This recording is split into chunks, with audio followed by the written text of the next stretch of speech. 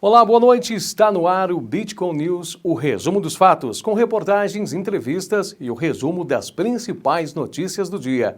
Você também pode conferir mais informações em bitcointv.com.br e em nossas redes sociais, Facebook, Instagram, Twitter e YouTube. A diretora da ONG Sonhar Acordado, Mayra Rios, participou do programa Conexão da Bitcoin TV e falou sobre a realização da festa de Natal da instituição para crianças carentes.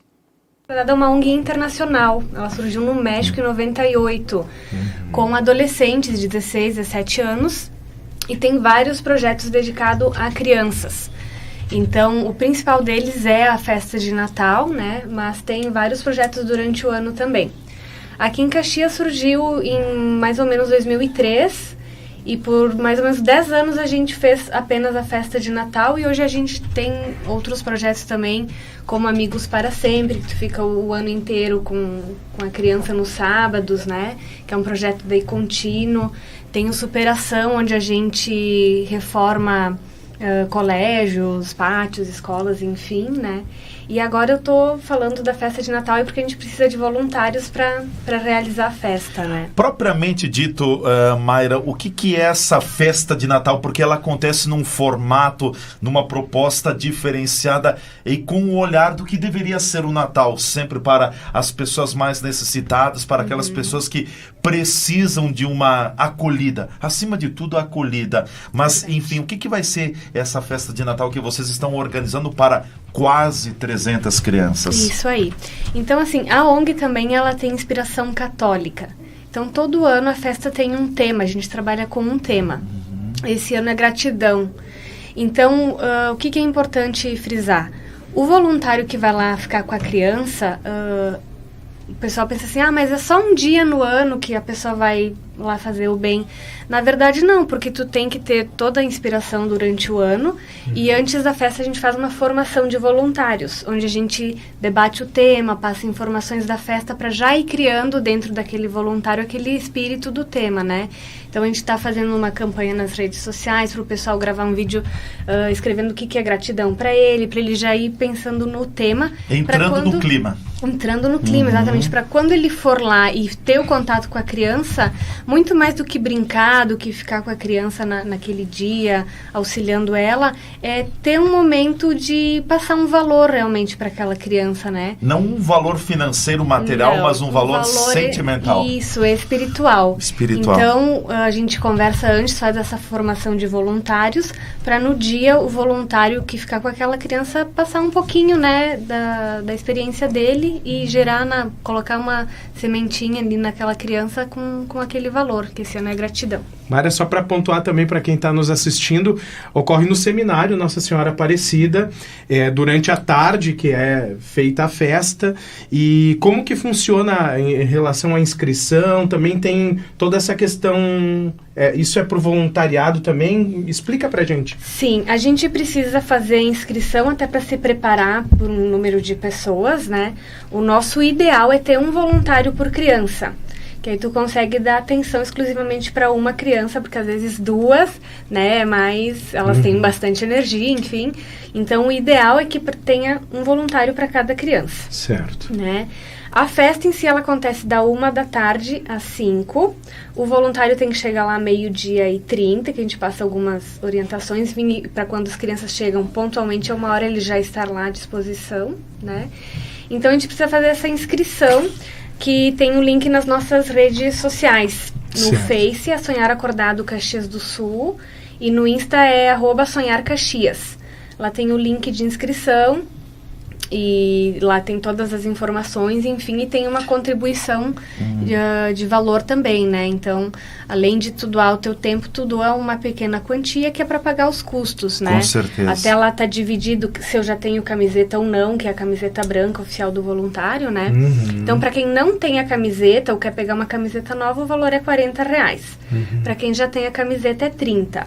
Então, esses custos são principalmente para a limpeza do local, alimentação, que o voluntário tem alimentação também o dia todo junto com a criança. Custos básicos, Custos básicos. As oitivas de testemunhas no processo de impeachment contra o prefeito de Caxias do Sul inicia nesta terça-feira.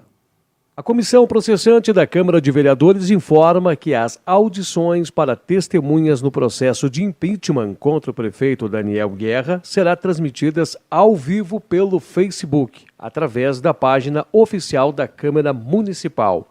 Compõe a comissão os vereadores Alceu Tomé como presidente, a vereadora Paula Iores como relatora e o vereador Elisandro Fiuza. As oitivas ocorrem na terça-feira e quartas-feiras, dia 26 e 27 de novembro, a partir das 13 horas, na Sala de Comissões Vereadora Geni Petef. Nos dias, serão ouvidas as testemunhas de defesa do prefeito, Joelmir Neto, secretária municipal da Cultura, Mariângela Rossi, secretária municipal do Urbanismo, Tenente-Coronel Julimar Flores Pinheiro, comandante do 5º BBM, Frei Nilmar Carlos Gato, ministro providencial dos Freis Capuchinhos e Frei Jame João Bétega, secretário do Conselho de Obras Sociais dos Freis Capuchinhos, na terça-feira. Geraldine Golo de Oliveira, procuradora-geral adjunta, Vangelisa Casanego Lorandi, secretária municipal de Recursos Humanos e Logística, Júlio César Freitas, secretário municipal da Saúde, Dr. Fabiano de Moraes, procurador da República do Rio Grande do Sul, e Alexandre Postal, conselheiro do Tribunal de Contas do Rio Grande do Sul, na quarta-feira. A oitiva do denunciado, agendada para a tarde de quinta-feira, dia 28, foi remarcada para as 9 horas de segunda-feira do dia 2 de dezembro. A troca da data foi a pedido do prefeito, que estará em Brasília na próxima semana, acompanhando o julgamento do caso Manha Bosco. A audição do prefeito, por ser pela manhã, será também transmitida pela TV Câmara, canal 16 da NET, além da rede social. Por decisão da comissão processante, as oitivas poderão ser acompanhadas pelo público e pela imprensa até a capacidade máxima da sala das comissões vereadoras de Nipetef, ou seja, 100 lugares, incluindo neste local reserva de cadeiras para os vereadores, servidores e a imprensa.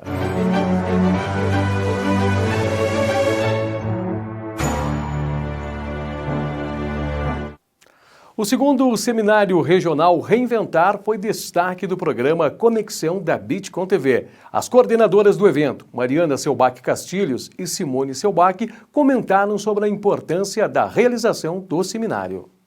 Eu entendo que é um ganho para todos, né? Porque ganha quem estará lá presente, ganha quem vai poder assistir depois e não pôde estar presente.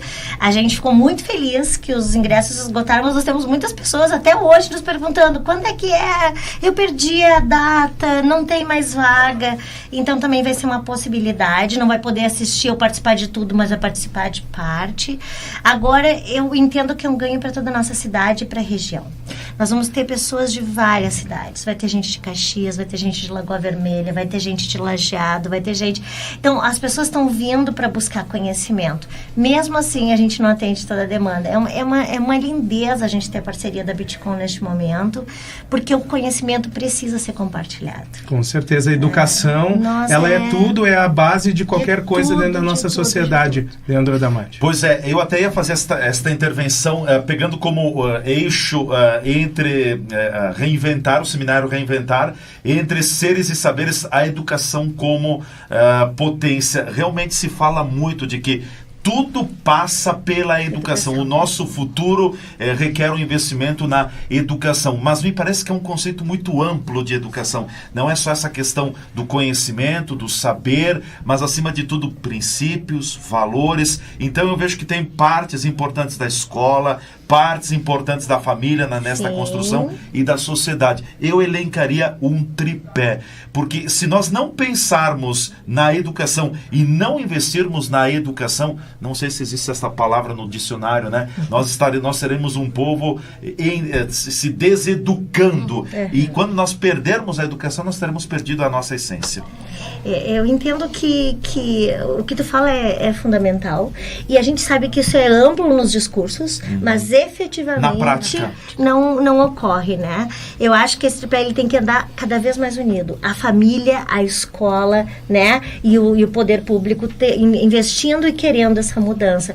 E não existe outra saída a não ser estudar e buscar e procurar e fazer melhor. Não existe. Não e existe. até acredito que uma questão de reinvenção, não digo reinvenção, mas de reposicionamento de alguns conceitos, porque o mundo mudou, é inegável isso. A educação também passa por mudanças, mas esse lado humano ele precisa estar presente. Só quem é pai, eu sou pai, o Portela também é pai, sabe dos desafios. Educar hoje, educar há 20 anos, com certeza era diferente. Educar hoje é muito mais complexo, porque nós temos as redes sociais, nós temos a tecnologia que impacta, que bombardeia nossas crianças, né? E muitas vezes nós precisamos do diálogo. O diálogo resolve tudo? Não, mas pode ajudar muito.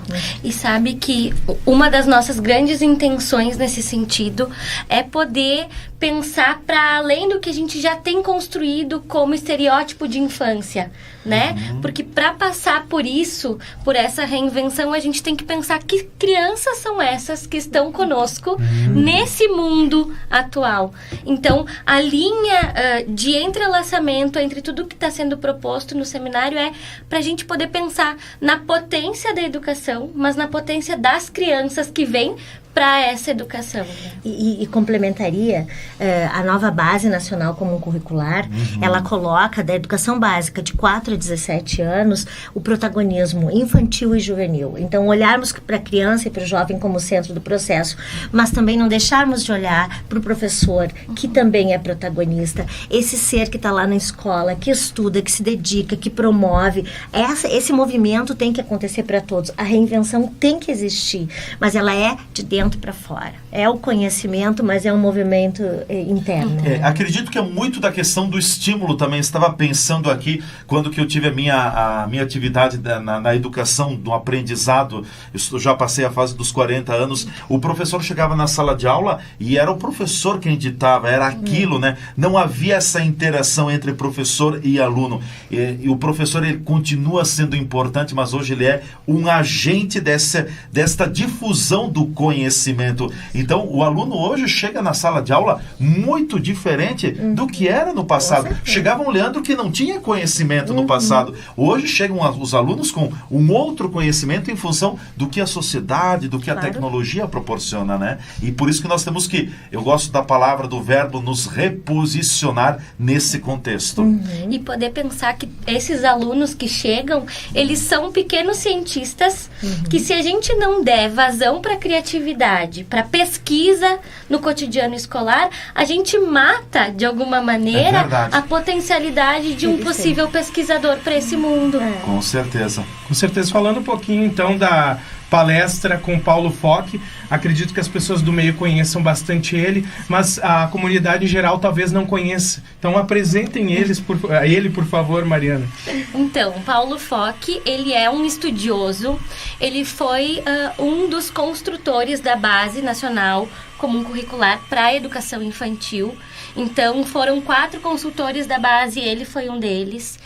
E ele tem trabalhado muito sobre as culturas infantis, sobre que infância é essa hoje e qual o olhar que a gente pode desenvolver diante dessas crianças a partir da construção pedagógica. Ele defende muito uma pedagogia que respeite a infância, né? Mas que também instrumentalize o professor para dar conta disso de uma boa forma, a partir de uma escuta atenta, de um olhar sensível em que isso seja possível. Então, o Paulo é referência hoje nacional, diria até para além da fronteira nacional, internacionalmente. Mundial.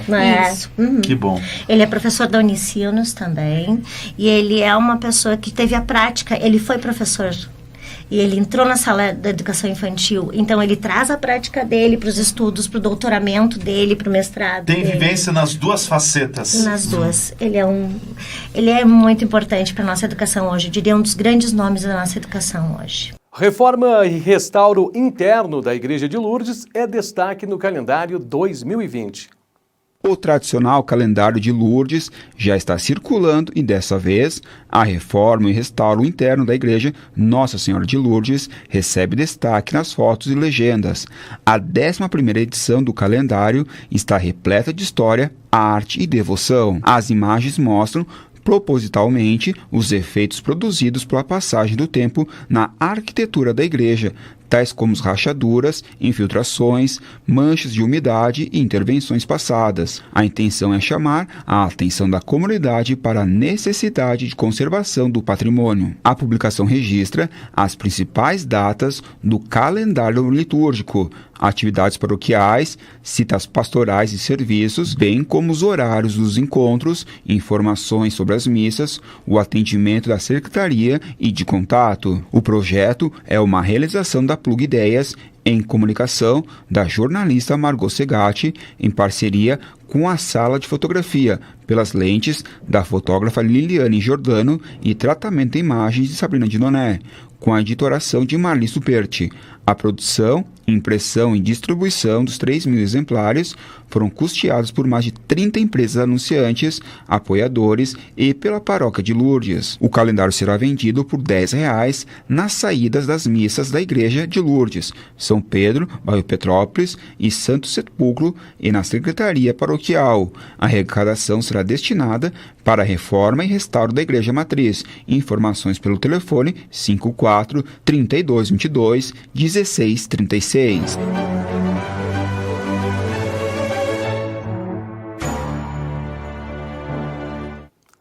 Vanderlan da Silva, técnico caxiense, campeão mundial com a seleção brasileira feminina de futsal de surdos, participou nesta segunda-feira do lance esportivo da Bitcom TV e falou sobre o título para o Brasil.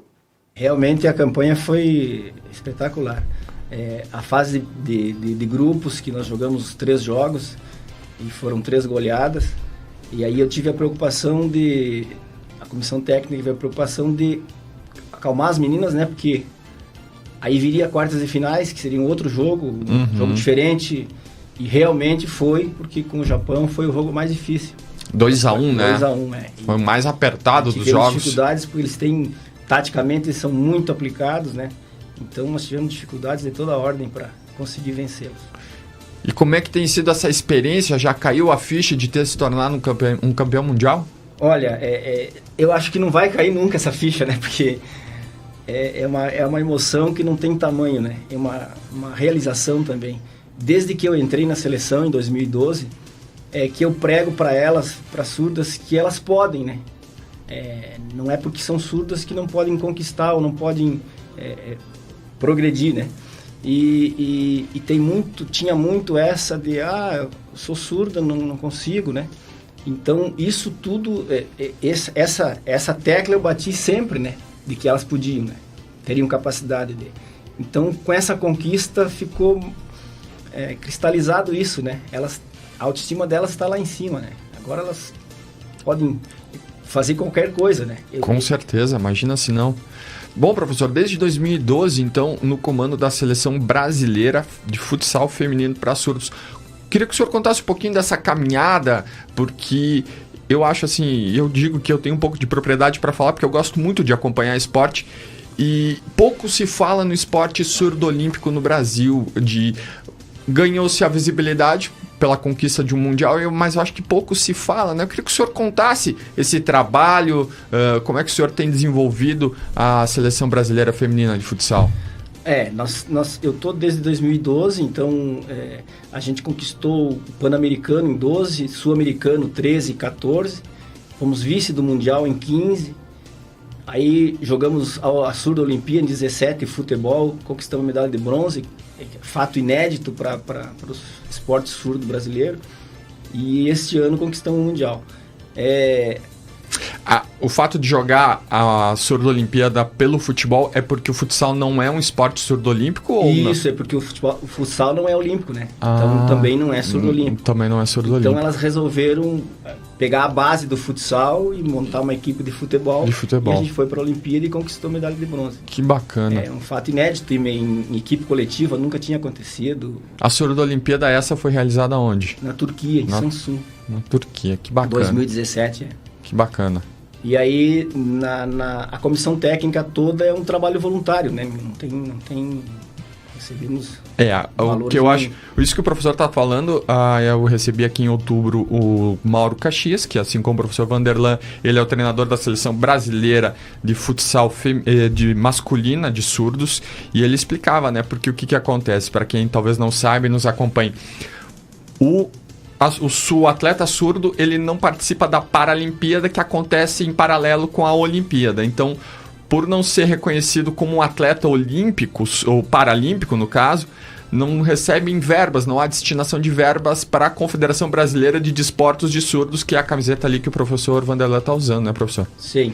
Eles ficam à margem do comitê, né? Eu acho que eles não têm nem comitê olímpico para surdos, né, no Brasil.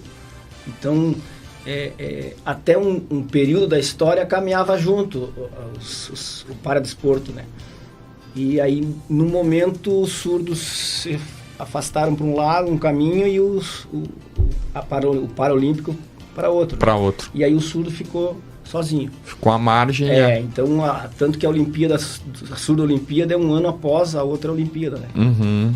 Para não ser em paralelo no mesmo momento. E como ele não tem não é olímpico nem paralímpico, ele não entra naquela divisão do governo, tem lá de loteria, não sei exatamente como é isso, claro. Né? Mas não tem esse apoio. E o Bitcom News fica por aqui. Mais informações em bitcontv.com.br e também em nossas redes sociais: Facebook, Instagram, Twitter e YouTube. Uma boa noite a você.